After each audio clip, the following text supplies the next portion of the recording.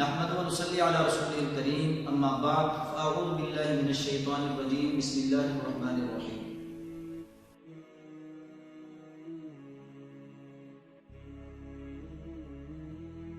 السلام علیکم۔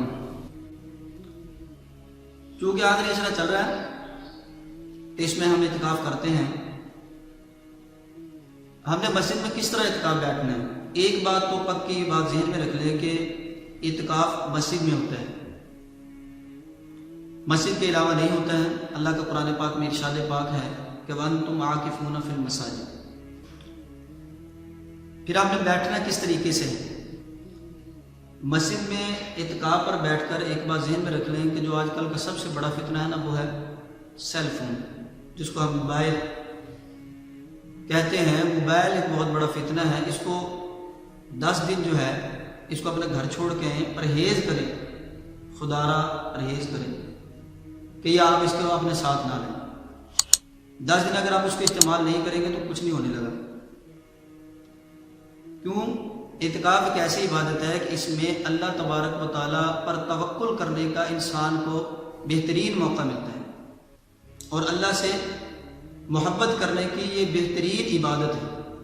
اس میں بھی ہم موبائل کو لے آتے ہیں تو اس سے پرہیز کیا جائے۔ پھر مسجد میں بیٹھ کر غیر ضروری باتیں کرنا، مثلا دنیا کی باتیں کرنا، سیاسی باتیں کرنا، یا اسی طرح کی باتیں کرنا جو کسی کی برائی کے متعلقہ ہیں، ہر قسم کی اس طرح کی باتیں کرنے سے پرہیز کرنا چاہیے۔ بلکہ اعتکاف میں بیٹھ کر تو اتنی عبادت کرے انسان کہ انسان اپنے آپ کو عبادت میں تھکا دے۔ پھر مسجد میں جب آپ اعتکاف بیٹھے ہیں تو غیر شرعی عذر کے، یعنی کہ جو آپ کو شرعی عذر نہ ہو، اس کے علاوہ مسجد سے نکلنا بالکل جائز نہیں ہے۔ شرعی عذر کیا ہوتا ہے؟ مثلا پیشاب ہے یا پخانہ ہے، اس کے لیے آپ نکل سکتے ہیں، یا اس طرح انسان پر غسل واجب ہو جاتا ہے تو پھر ہم مسجد سے نکل سکتے ہیں، ادروائز ہم مسجد سے نہیں نکل سکتے۔